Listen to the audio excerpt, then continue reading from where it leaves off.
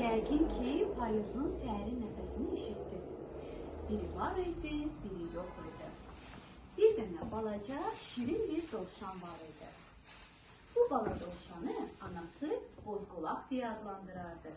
Günlərin bir gün Bozqulaq meşəyə çıxdı gəzməyə. 1, 2, 3. Axı bu nədir belə? Belə getsə ağac tamamilə çılpaq qalacaq. Salam ayağac. Sənə nə olub belə? Sən xəstələnmisən? Yarpaqların da üstə, yarpaqların da dökülür. Ay səni balaca dovşan.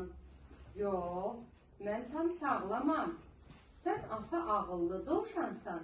Bilmirsən ki, payız gəlib? Nə? Payız? O nədir belə? Bəli, payız fəsli gəlib. Payızda ağacların yarpaqları saralır, tökülür. Bax, quşları görürsən? Onlar hara uçurlar belə?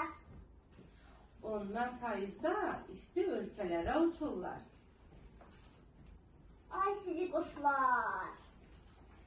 Hələ kirpiyə bax, o da payızda özünə isti yuva hazırlayır. Axı qış yuxusuna gedəcək. Ay sizi kirpi. Bunu deyən Bozqulaq qaçaraq gəldi evə. Ana! Ana! Ayına! Ne olub mənim balama? Niyə belə heyecanlısan? Bir bax! Payız gəlib anacan. Düzdür mənim oğullu dovşanım. Sən çox diqqətlisən. Ağaclar saralıb, yarpaqlarını tökür. Düzdür. Hələ bir quşlara bax. Onlar da üstü ölkələrə uçurlar. Kirpilər, onlar da özlərini azıqə yığırlar. Yuxuya hazırlaşırlar. Gəl biz də gedək üstü ölkələrə. Ya da yuxuya hazırlaşaq. Axı soyuqdan donarıq. Ay mənim şirin balam, sən hələ heç böyüməmişsən. Bəzi ağacların, məsələn, palıd, fıstıq, çökə, yarpaqları saralır, tökülür. Lakin yazda yerinə təzələri çıxır. Bax, quşlar, durnalar, qaranquşlar isti ölkələrə gedir. Orada qışlayırlar. Lakin yazda geri qayıdacaqlar. Bəzi heyvanlar isə, məsələn, ayılar, kirpilər, dələlər, qış yuxusuna gedirlər. Ona görə özlərinə isti yuva hazırlayırlar.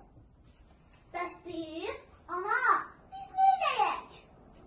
Biz dovşanlar isə payızda öz kürklərini dəyişirik. Yerinə daha isti və daha qalın kürkü geyinəcəyik. Ona görə də qışda bizə soğuk olmur.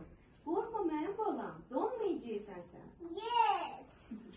Elə həmin gündən bala dovşan payızı çox sevməyə başladı. Bununla da nağılımız sona çatdı.